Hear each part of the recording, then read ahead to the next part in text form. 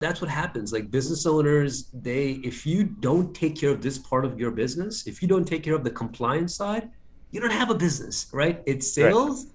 If you don't have sales, you don't have a business. You don't pay your taxes, you don't have a business. Welcome to Clicks and Bricks Podcast.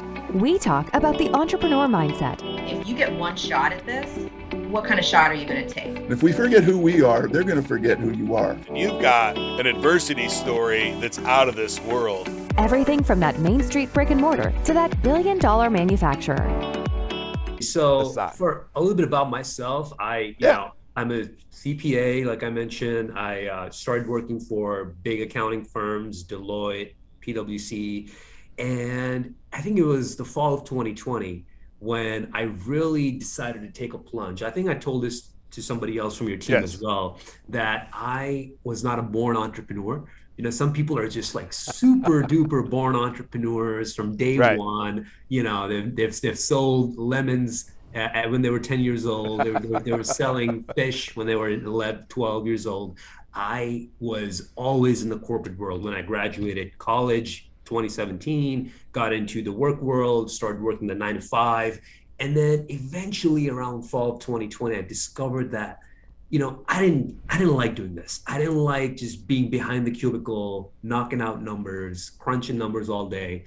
I wanted to be in front of the clients. I wanted to be helping small business owners with their tax issues, because I had experience in international tax and in different tax matters. I wanted to help them with their bookkeeping, wanted to help them with their accounting and their CFO services. And it just kind of, actually the funny thing is, so the name, the FitBiz, I'll be honest here, the FitBiz, you're probably like, hey, what does that mean, the FitBiz CPA? So Well, I was a little curious because the name doesn't seem, you've got a pretty unique niche that I like and I want to talk about later. And yeah, the name doesn't indicate your niche. yeah, it doesn't. It does. So the name doesn't indicate the niche, but there's a backstory. There's a background story, Okay. right? So fall of 2020 comes around, COVID, everything's shutting down. You know, like you can't go out, gyms are closed. And I used to go to this gym that was right down the road, a mile down the road from where I lived, and it shut down. And they were having issues with cash flow. They were having issues with marketing. They were having all these different issues. And I was like, oh my God, I could have helped them. And that's the time when the PPP rolled around, the Paycheck Protection Program, the EIDL, all these different grants for gym owners. And I was like, oh my God, I could have helped these people out with a PPP loan if I had just reached out to them, if I had started my business early on. And then what happened was I said, okay, I'm going to start my own side gig. This is while I was still working for Deloitte as of 9 to 5. And I was like, let me start helping people out, helping gym owners, helping business owners, restaurants with the EIDL, with the PPP. And the name, the FitBiz, was geared towards fitness, was geared towards gyms, right? Studio owners, MMA, all that stuff. And then I started helping these people, and I started having I got like 10 clients just like that, because there was a high need for something like this. It wasn't like you're selling, trying to sell insurance, life insurance or something. It's like, no, I need the money now to pay my bills, pay my rent, pay my utilities. And then I need to do my books, because a lot of these gym owners didn't have good books. Their bookkeeping was horrible. It's like, stealing from Sam. They had books? John. Yeah, they had books. Yeah, and you're right. And then I decided, okay, the gym owners, while it was something out of passion, something that I really wanted to help them with, selfishly, kind of like you, I wanted to pursue the bigger clients. I wanted to go after the people who were making the big bucks. And down in Florida, that's where I live, the real estate market is extremely hot. It's one of the hottest markets in the country. And there's a lot of people from New York, a lot of people from California, a lot of people from the coastal states that are moving down to Florida, and they're looking for houses, they're looking for properties. And then I started specializing in commercial real estate and in residential real estate. And that's how the business grew more. And then I started adding interns and employees and things like that. But it was really So the name started out as a fitness niche, Okay. developed into a commercial real estate and residential real estate geared company. So that's kind of how it all came about. Wonderful. Yeah. So I'm super excited to talk to you about, because I like the niche that you ended up landing on. I love the Yeah. gym niche. My assumption is, and let's just talk, because if there's gym owners out there right now, the PPP money is over with. Yeah, You might be dealing with your bank on getting forgiveness still. I'm not sure if all the forgiveness is done or not, but that was It's still in the process. Yeah. still in the process. Some of the gym owners were able to recoup some money that they didn't get. Right. Some of them were able to forgive entire. Like I had a gym owner who I helped get about $150,000 in an SBA loan, Right. and all of it was forgiven because it was all used for rent, utilities, the Right. basics, just to survive. So, And but yeah. EIDL is still around. EIDL is still around. The application, the deadline has passed for it to apply for it, but it was 2021, December 2021. So if you applied before that, then you got the loan. If you waited, too long, then it's kind of tough Right. to go back now. But PPP. But there's still programs out there today there's still grants. There's a lot of that grants. if you maintain employees throughout the COVID, you can Yes. apply for what is that Employee- one called? Yeah, the employee retention credit, the ERTC. The ERTC. ERTC. E- I just got something- one of them for one of my businesses, and I'm applying now for my gym, and it's substantial. Yes. So you have a gym as well? I do have a gym. Wow.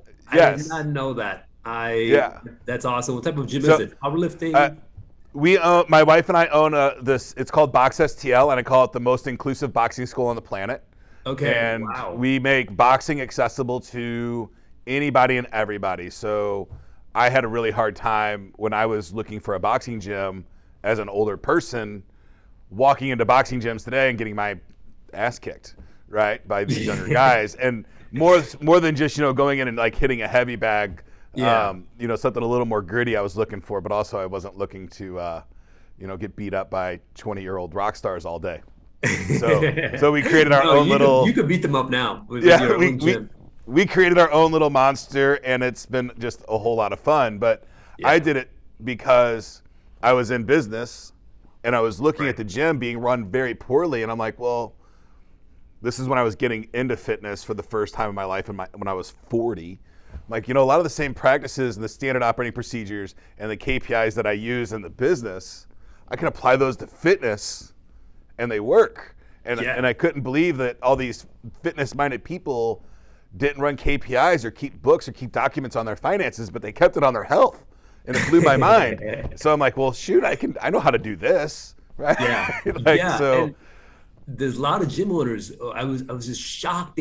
Some of them hadn't filed taxes in years and 10 years and 12 years. And I'm just like, oh my goodness, this is a lot of work.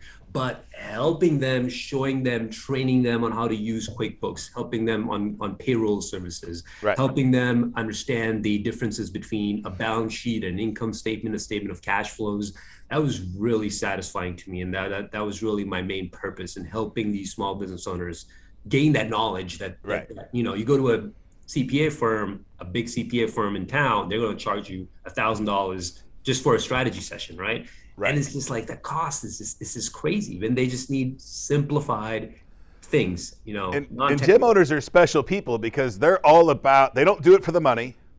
They do it for the love of what they do and to help people. And yeah, exactly. And the services that they need are generally, above their head financially. So they're focused on sales. Yeah, they're focused on growing the gym, growing the business, on marketing. Right.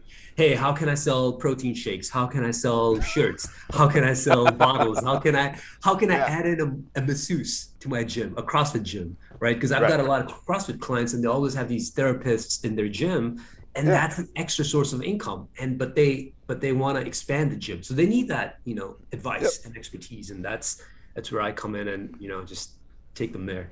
So let's talk about the employee retention credit, right? What are the things? And then so and this isn't just gym owners, this is huge across the board for every company. I've gotten one for one business. I'm working on the other for another now, and I've also consulted with I mean, my lawyer called me. He's like, "Where'd you get this money?" And I'm like, "This employee retention thing." He's like, Yes. "This is not a loan. What's going on?" Like, they just gave you, and I'm like, "Well, yeah. I mean, they didn't just give it to us. We weathered the storm, and this is a credit for doing that, right?" Yeah. So you kept your employees, basically. That's, yeah. right, and it's a substantial amount of money. It is. Yeah. So, what are some of the things that a business owner needs to have before that it requires an accountant? And I know all these things because I've been through the process, but I'd like to hear your advice on that. Absolutely. So as long as they have a payroll system, so let's say for one of my clients, they had a payroll system, they had ADP. Some of them use QuickBooks, but I think ADP is one of the best ones out there. So ADP automatically generates something called 941 forms. 941s and 940s, these are employment taxes, right? These are Social Security, Medicare. So I'm just starting from the beginning. So these forms are automatically generated by ADP once you run your payroll, right? Every bi-weekly or semi-monthly.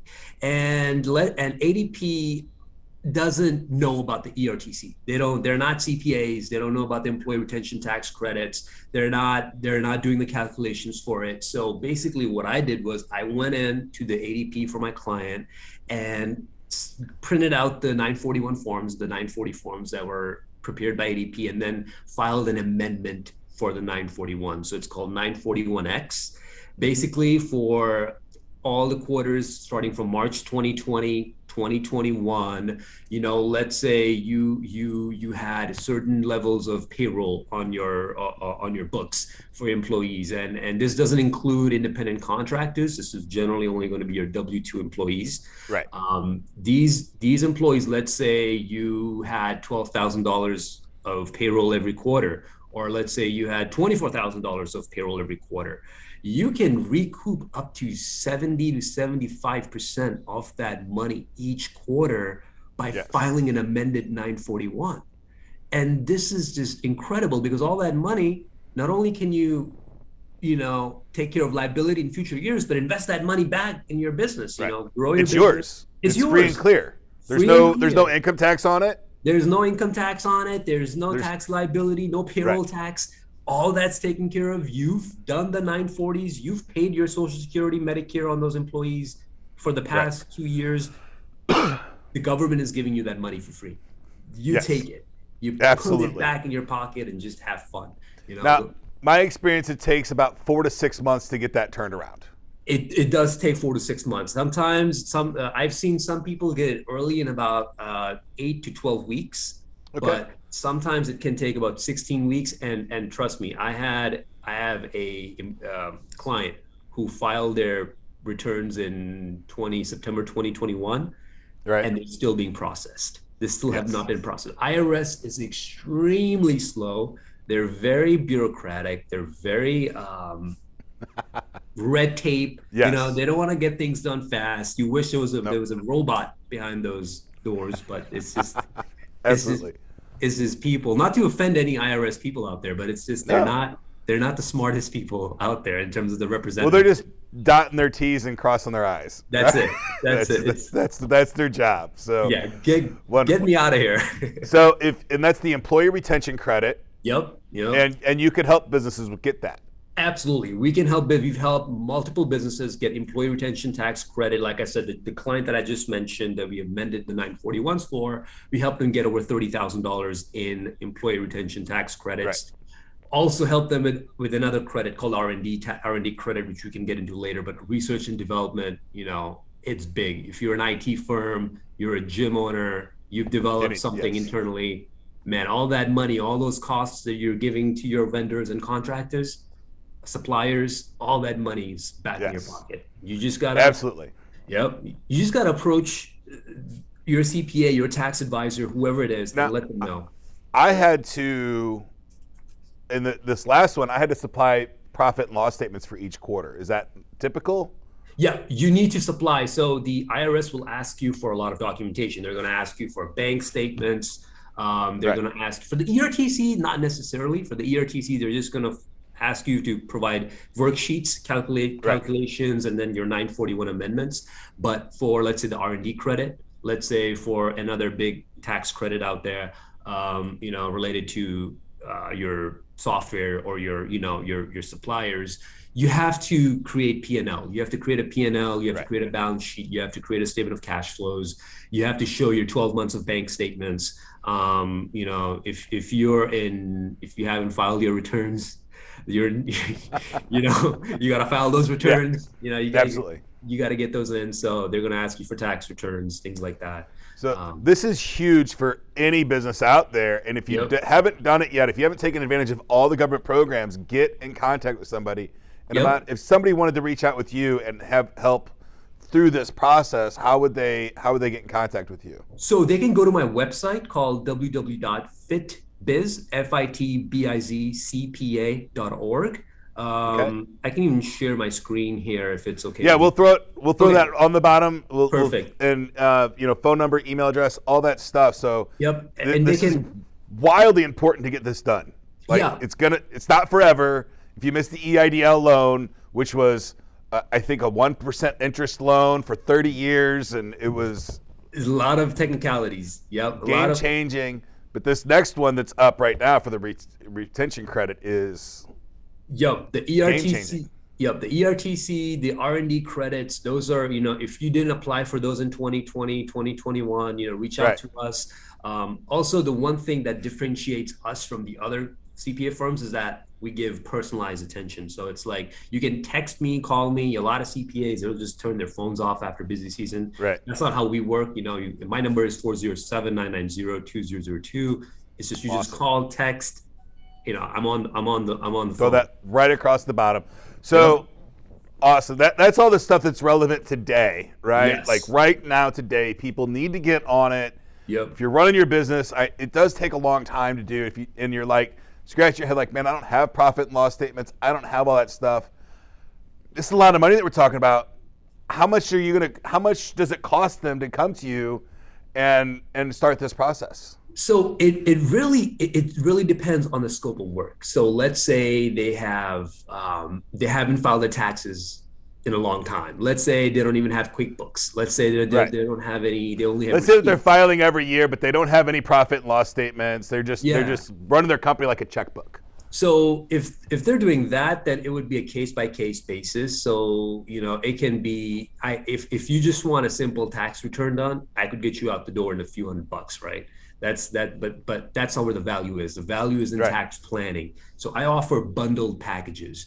So my bundled packages for CFO services it's on my website, but if you want a bundled package, it starts at $800 a month, which is offering you unlimited accounting support, tax planning, tax preparation, business, personal, your P&L, your financials every month, 15th of the month, helping you with training you on QuickBooks, helping you with training you on payroll, helping you with any quarterly business taxes, use and sales tax, 941, 940s.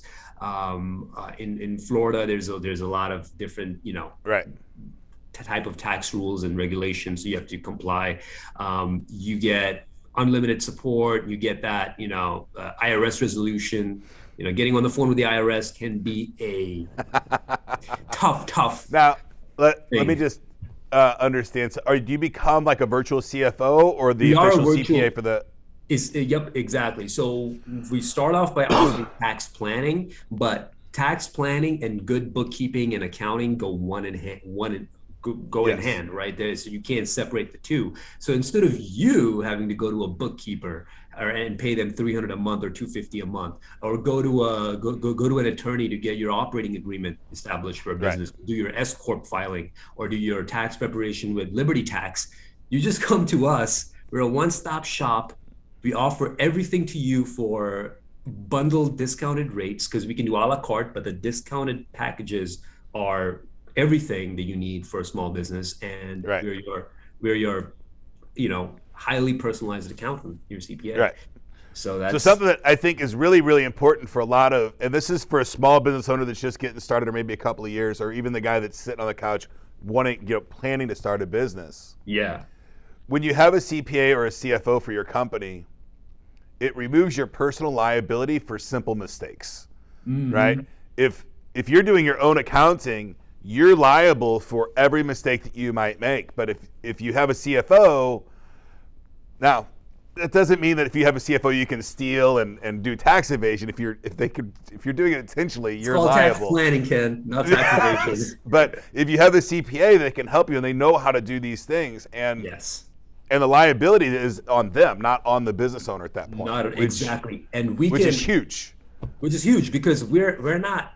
My job is to make sure you're not paying anything more than your fair share, right? You're paying, you're keeping your hard-earned money in your pockets with your family, with your. That's not. Then isn't the IRS's job to make sure I pay my fair share? the IRS wants more than your fair share. The IRS wants to take all of it. Then they want it all. They want every penny they can get, right? Yeah. It's another misconception I think that America has, is that the IRS is on your side. Right? They're on the side. They're on your side when they're building your roads and building your schools and all those things. But whenever you're getting your paycheck, they're not on your side. They're not. They want that income tax. They want that money in their pocket. Yeah. And you have permission to argue with them. They can be wrong, and how often are they wrong? All of the time. There are cases where where individuals do underreport income. Let's say you got income through, you're a W-2 guy, but you do real estate on the side, and you had a sale and you made a lot of money. You had commission. You underreported that income, right? That's reasonable, right? You got to report all your income. But then there are these small things that IRS can go after you for, which is uncalled for, and that's where a CPA comes in. We deal with them directly, one-on-one, because they respect us, because we're CPAs, we're certified, we're practitioners, right? And that's how we resolve the issues. I had a client who's CPA, past CPA, underreported income by 20 grand, and then I went in, dealt with they were going through an audit. It was an IRS audit, and you get continuous notices. So we went in, me and my team, we have a whole team here. We went in, dealt with the IRS, did an offer in compromise, and were able to settle for less than 30%. So that's really like, the CPA is not just keeping you compliant. They're they're like a used car salesman almost when they're dealing with the IRS. We're making sure you don't pay, you pay less than what you want to pay, right? And it's all negotiable. It's all negotiable. I don't think I did one of my first businesses that I was involved with. One of the first businesses that was substantial. I didn't know how to pay taxes, and I would write myself my paychecks out of the checkbook every week, and I didn't claim it, and I got in a lot of trouble. About a year later, I got in a lot of trouble for that. But we've settled it, and it's all good now. But I was in my early 20s, and getting that letter of, you owe us, it was $17,000 that I owed them. They worked on a payment plan. Yeah. I ended up paying. It took me 17 months to get it paid, but I got it paid. I had to take a part-time job to help me cover it. But it was a great learning experience for me. Yes, and that's what happens. Like, business owners, if you don't take care of this part of your business, if you don't take care of the compliance side, you don't have a business, right? It's sales. Right. If you don't have sales, you don't have a business. You don't pay your taxes, you don't have a business. They will take it away from you. They won't just take the business away from you. They'll take your freedom away from you as well. Yes. Everything. So, and I'm sorry I keep going back to client stories, but I had another. Yeah. Absolutely. Let's go. I had a client who, and they're okay with me talking about them on video. So he hadn't paid his payroll taxes, and this guy's got $1 million business. He hadn't paid his 941s, 940s, and the IRS comes at him and they're like, "Oh, you got to do this offer in compromise form if you want to do a payment plan, and you got to tell us everything." They want to know all your bank accounts, how much your car is worth, how much your house is worth, how much your child support you're paying, all your marriages, everything, all your jewelry, all your gold, everything. And it's just like, well, because they want to take it. They want to take it. And it's the payroll taxes is a bad one, right? You have to pay you have to pay them. That's one that you just do not I don't compromise at all. I don't even try to.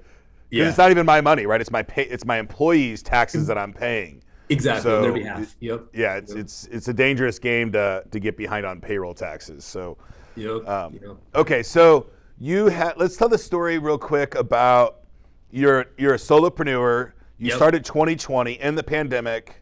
Yep. right? Because you see all this stuff and you're starting as a side hustle. Right. Are you a single guy or are you married with kids? I'm single. Single guy. So you don't have anybody to ask, like, hey, No. there's no communication that needs to happen for you to start this side hustle, and you're doing that side hustle. Can you tell us about that trigger moment from, okay, I can go all in on this business and I can quit the comfort of my W-2 job that has insurance and vacation and sick time and probably long-term and short-term disability. I mean, Deloitte's a big company, so I'm sure the benefit package was substantial, right? Yes, it was substantial, but I was looking at a higher calling. I was looking at, I had almost had a spiritual awakening where it was like, no, I'm not meant to be in a 9 to 5. I'm a leader. I'm an entrepreneur. I look up to entrepreneurs and leaders. What's stopping me from being like them, from pursuing that path? They didn't get there overnight. And I know this is a long-term game, right? This is going to take 3 years, 5 years, 10 years, but it's for my own well-being, my own mental health well-being, because I knew if I was going to be in that corporate ladder for 10 years or 20 years, I'd go crazy, because just for getting a 5% bonus raise every year, I mean, who the hell cares about that? You could make that in a month in a business, right? If you bust your ass, with clients, you keep hustling, you could make that in a week. So it's like, it was that, it's again, selfishness, that self-individual, in this country, in America, you have the freedom to do whatever you want. You have the freedom to become a business owner, a millionaire, or stay broke. And I wanted to be a millionaire, and I wanted to have that entrepreneurial mindset of unlimited abundance, and that's what kind of just pushed me towards the edge. It was because I've always been into self-development, but it was more like, no, instead of theorizing, I got to put it in practice. I got to go ahead and do this myself. And maybe I'll fall flat on my face, but it'll be an experience that I'll learn and grow from, and I'm not, because you always have your CPA you could fall back on that, right? It's always there. But I have never looked at that. I've always been like, this is it. This is the path that I've chosen, and I'm never going back, because I like the freedom of being my own boss. I don't want to have a boss telling me, hey, you got to do this in 1 hour, or else, your performance. You have to wear the tie to work. Exactly. Right? Why the hell do I got to wear a tie? I want to wear a Hawaiian shirt. I just want to. Right. Just want to chill. Yeah. Absolutely. That's wonderful. I think so. For you, it was more of a gut feeling, spiritual kind of. I want to blaze my own path. I don't want to be beholden to a company or any other people on this planet. It's not at all. Exactly. My time to go. Exactly. It was my time to go, and I used to follow this guy called Brian Casella. I don't know if you've heard of him. He's in real estate, and he always preached that don't limit yourself. Always look to be uncomfortable, because being uncomfortable is how you're going to grow. Like me pursuing my CPA, applying for these jobs, me going through countless interviews, getting rejected. It was all like an experience of growth. It was all being uncomfortable, but there was a lot of growth that happened. And starting my own business was the same way. It was a lot of struggle at first. It was like, oh my God, how do I get the next client? How do I get the next client? But then you get the next client, and then you're going after another client, and then you get after another bigger client, and you're like, wow. So it's like a journey you're on. It's like a spiritual journey where you're learning something. It's a ladder, new. Right? Exactly. You get every rung, you learn something new. Sometimes you fall. Right. Sometimes there's not a rung, right? you gotta skip a rung, right? Exactly. It's never linear. Yeah. It's not linear. It's like you said, it's up and down, and it's all over the place. All over the place. And that's really what pushed me, that journey. I love it. And I think everybody, at least everybody I know that's in business at some kind of scale, finds that spiritualism somewhere in their life to help them get to that next level and they get really comfortable in those uncomfortable positions, and they, start really looking for failure moments as learning moments. Yes. And they change their entire vocabulary with how they deal with yourself and your. A lot of people can't take failure every day, right? And right. So you gotta have a thick skin. Like for me, like you mentioned, like for me, getting on the phone with somebody new, a stranger, and having an uncomfortable conversation with them, that's not scary to me at all. If that's the hardest part of my job, man, I'm happy, right? Right. That is literally the hardest part of my job, calling a stranger from a leads list and not knowing who they are, and they're like, go F yourself, or, I don't want to talk to you. That's going to happen. But at some point, they got into that funnel somehow, right? So Yes. they have some kind of interest. Exactly. At least your expectations, there's some kind of interest. But spam and the tactics that are used today in marketing, I don't necessarily 100% agree with. Yeah. But that's a whole different set of shows on that. So awesome. So that's the gut feeling to go for it. Part-time in the beginning, make the jump. Yes. Now tell us, how many staff members are you at now? I'm at five. You're at the 5. Yes. But there was a big moment for you when you got to 3 employees. Did you bring 3 on it all at once, or can you tell us that story? So what happened was I had landed my first big commercial real estate client. And this guy, it was a cleanup job, right? So he had 3 years of messed up books, right? Filed extensions on his returns. And I'm like, okay, this requires me to get people from outside. So I went on this website called Upwork.com. Yeah. Upwork, a lot of independent contractors, a lot of people post on there. They're not asking you for CPA rates, right? They're bookkeepers or accountants. And then I hired my first 2 contractors, employees from that website, and they ended up being phenomenal. And that was like, oh my God, now I can relax. Now I can go after, now I don't have to worry about the details. I can worry more about the tax planning, the tax preparation, not the data entry stuff. I don't do data entry, that's my employees. And then I brought on an intern, a marketing intern, to help me with social media, to help me with LinkedIn. I'm big on social media. I have a YouTube channel. I have Facebook. I write blogs vigorously on LinkedIn, on my website, and I needed somebody to do the posts, the marketing for them. Right. And that's how I brought on the intern. So that really, I'm like, okay, wow, I'm running a business. I'm no longer a solopreneur. And, my mentor gifted me a book called The E-Myth. And in that book, The E-Myth, it talks about how you should have systems. You shouldn't be doing everything yourself, right? An entrepreneur, you're the janitor, right? You're the operations guy, you're the sales guy, you're you're everything. And I'm like, no, I need to have people. And I started trusting these people, even though they were from Upwork, and even though the intern that I hired was from college, I trusted them to, really carry on my message for the business. Yes. Now, that's hard to do for a lot of people.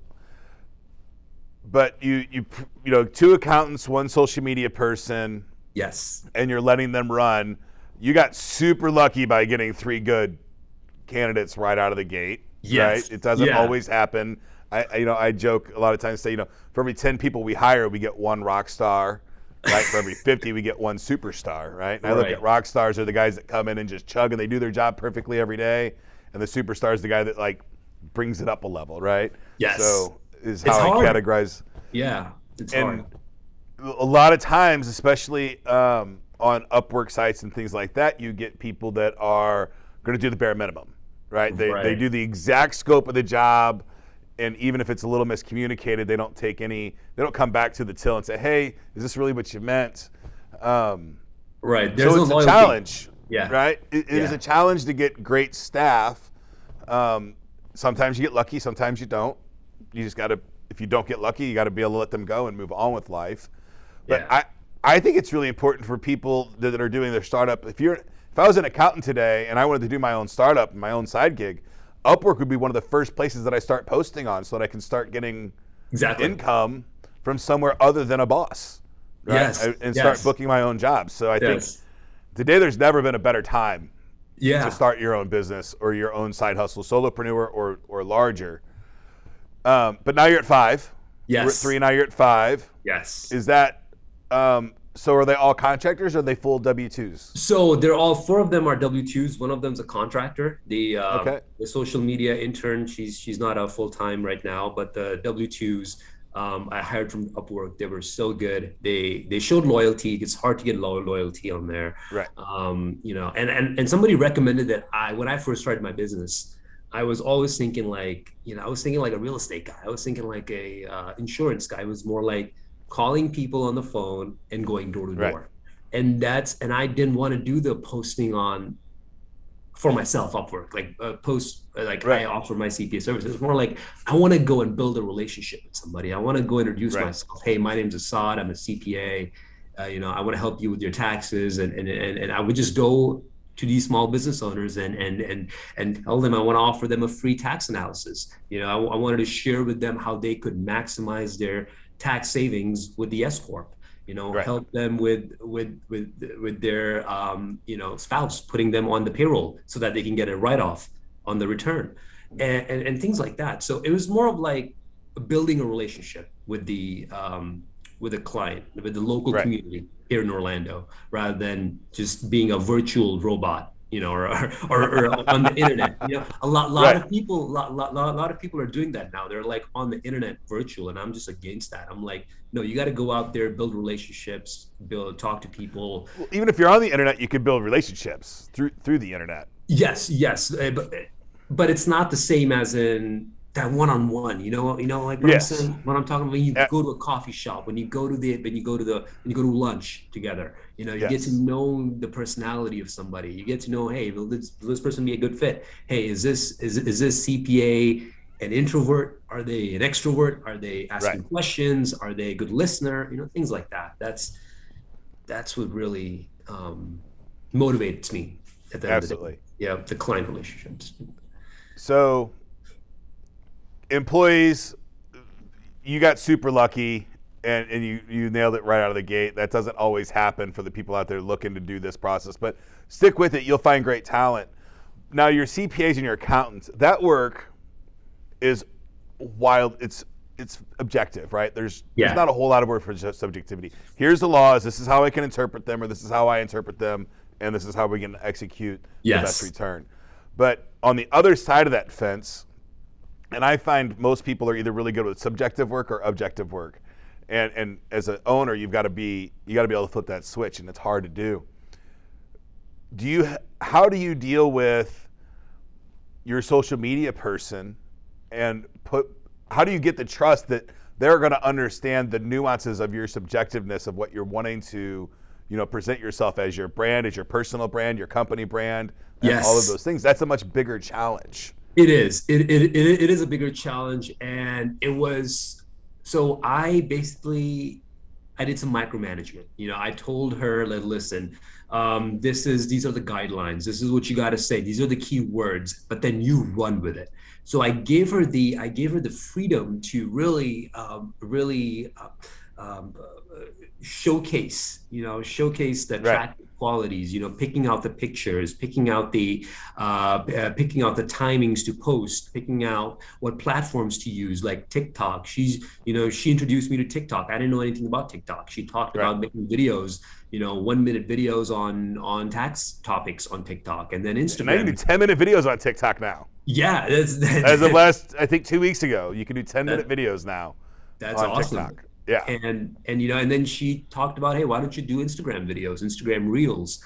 And that's how so she really, she's not going to do everything by my standards and what I want it to look like. Right. She gave me that fresh energy, that injection of bold new ideas that, look, we can do IG videos, YouTube videos. She even brought that up, and then I started doing YouTube videos, and, I would go on the board at my office on the conference room and talk about the difference between an S corp and an LLC and things like that. Right. And really, and even, now that we're in commercial real estate, she came up with an idea of, hey, why don't we go to a really nice neighborhood in a Mercedes or a Benz and just make videos there and really have some good music in the videos. And So Right. it's all really just having that, letting people play to their strengths, right? My strengths is taxes, CPA stuff.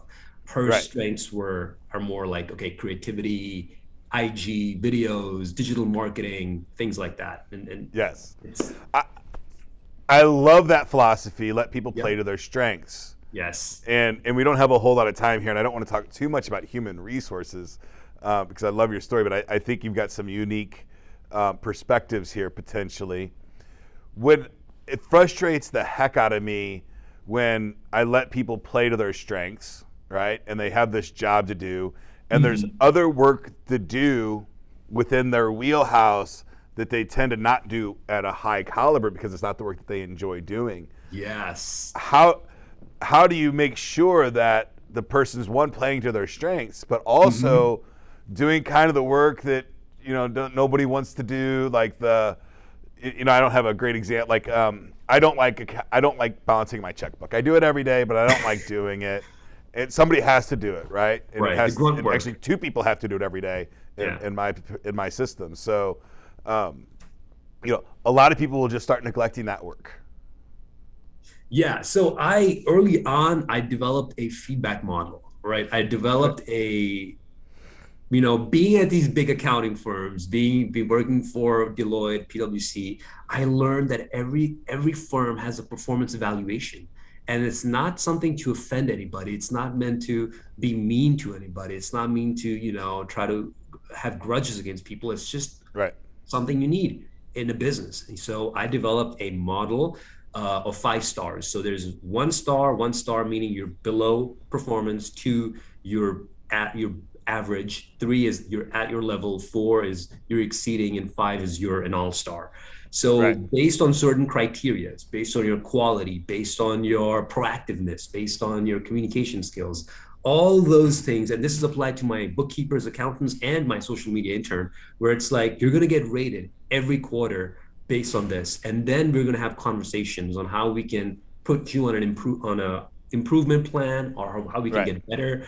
But accountants, and I've seen this, accountants, financial people, they're great at this. The feedback model, that's Yes. that's very That's a important. challenge too, though, right? Like, Yeah.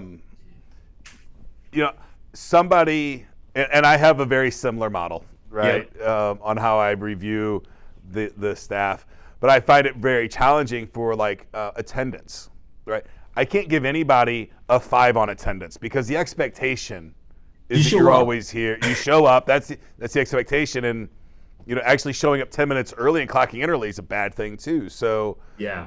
to me that part is a lot of communication and telling them, really Right. explaining what each one of those things means, and then saying, hey, nobody gets a 5 on attendance because No. I don't know how you can do better than your expectation on some of these things, right? It just is what it is. It's a 3 at best. Correct. So I'm trying to figure out a better way to say, okay, these tasks are 1 to 3, and these tasks are maybe score them 1 to 5 because Right. the expectation is perfection. Exactly. Yep. In some things, right? Some things the Yeah. expectation is perfection. Yep. And I don't want to be Not most. Not most things. Showing up with a positive attitude is expected.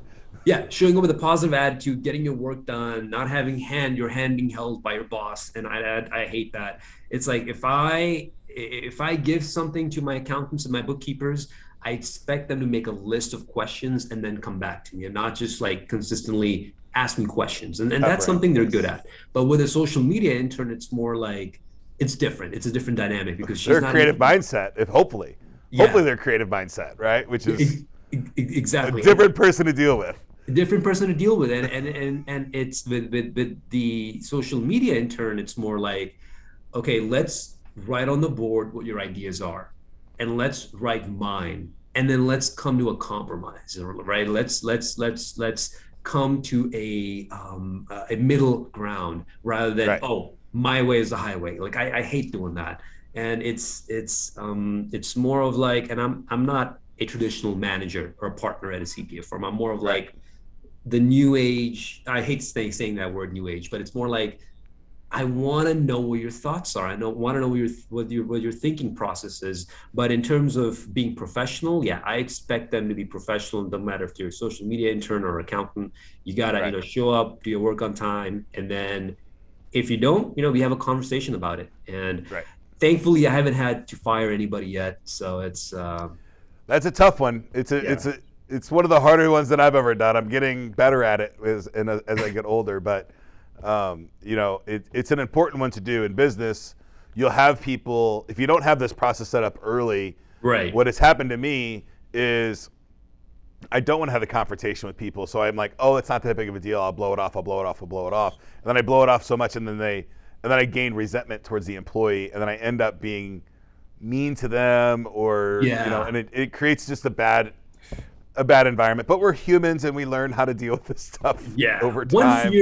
One fear that I do have is that, my bookkeepers may steal, the information, the knowledge that I've built sweat equity in Right. with the company. And that's always in the back of your head, like, oh, look, they may start their own firm, by using my information. And that's Right. always going to be there. That's kind of like the risk. One of my favorite quotes, and I don't know who it is, and if I'll have the team look it up and cite the quote, is, the boss comes in and he goes, what if we train these people and they take all our ideas and leave? And he goes, well, what if we don't train them and they stay? So that's horrible, right? To have a staff of people that aren't trained and they don't know what your philosophy is. And Yeah. giant companies where every person is in charge of one piece of the cog and they don't understand the whole machine is fine. But in small business, you've got to be nimble, you got to move quick, and people generally need to wear multiple hats. So They do. Yes. you have to have that trust. Exactly. The trust is very important. I know, loyalty is never there, but you just Right. gotta, build that environment. Like I said, getting all views, getting all perspectives, and then Right. coming to a middle ground. And at the end of the day, if you've built a business that is not strong enough to withstand one of your employees leaving and taking your business, then you didn't build a really strong business anyway, and you need to go back Yeah. to the altar and look at what happened and make sure that you build it next time in a way that you can defend your position a little bit better. Right. And, Right. and I think that's relationships is what you're Exactly. Yep. is where you're at. Introspection. Yep. Introspection, relationships. I'm learning that myself. I'm learning that it's a relationship business. It's not about the money you make. It's not about the clients you get. It's about the people you meet along the way that help you get to where you want to be at. Right. And that's something that I keep in mind all the time. And my experience is if you focus on the relationships, everything else kind of just falls into place. Right. Like, I know it sounds a little like, a little too spiritual, hippy dippy, whatever you want to call it, but it's true. It absolutely is true. If you focus on that relationship, everything else will figure itself out. And Right. If you're putting money first or you're putting your interest first, then It's never going to work. Right. I think you'll get some wins, right? And you'll feel like you're climbing, but you'll hit a plateau, and then you'll I took giant slides down hills, man, like giant big mistakes from like one level, bam, down. So, But then you get back up, right? Even higher. yeah, hopefully. Yeah. Like, I'm not higher than I was ever, but we'll try to get there. Oh no, I'm not try. Try's a fail word. We'll get there again. So. Ahmad, thank you so much for your time today. We're pushing right at an hour. I've had a really great time talking with you. Same here. I really enjoyed talking to you. Is there any advice that you would like to give to any people out there that are sitting on the couch, that are at their corporate job, and they're ready to make that jump? Yeah. What are you telling that person today? I would say that if you are ambitious, if you are determined, if you think that this can work, because it doesn't work for everybody, right? You have to be a certain type of person. You can't just be like, oh, I've got 6 months of savings. No, you've gotta be all in. Either be Right. all in. This was an advice I got from my mentors. All in or all out, right? You'll have situations in business where you'll be, excuse the language, you'll be shitting your pants, right? Yes. You'll be shitting your Oh, pants talking yes. to a client, and it's tough. You got to be ready for it. You got to be strong. You got to be a warrior, when you're in these type of situations. And if you have that spirit, you have that energy, you have that determination, you believe in yourself, Yes. you got to go for it, because you don't want to regret not doing this. You don't want to be 10 years down the road, be a partner at a CPA firm, or a you know, I don't know, a manager at a Fortune 500 and be like, oh, I wish, what if in my 20s I had started a business, or in my 30s I started a business. There's no age for this. If you have the motivation to do it, do it. Do it. Don't Absolutely. let it. Yeah. Thank you so much for that. I had a great time today. Again, one last time, the website address, we'll throw it at the bottom, Yep. is FitBizCPA.org. Yes. www.fitbizcpa.org. And my number is 407-990-2002. Fantastic. If you need any help with financial information, or if you want to try to get this economic recovery money from the IRS that they're giving these giant big checks away, reach out. Thank you so much. All right. Thank you, Ken. Have a great day. Bye. That's it for today's show, folks. If you'd like to join my text line community, the number is 314-370-2871. All you have to do to join that text line is send me any question about business or technology. I'll do all the research, and I'll give you an absolutely free, totally unbiased answer. Get to work.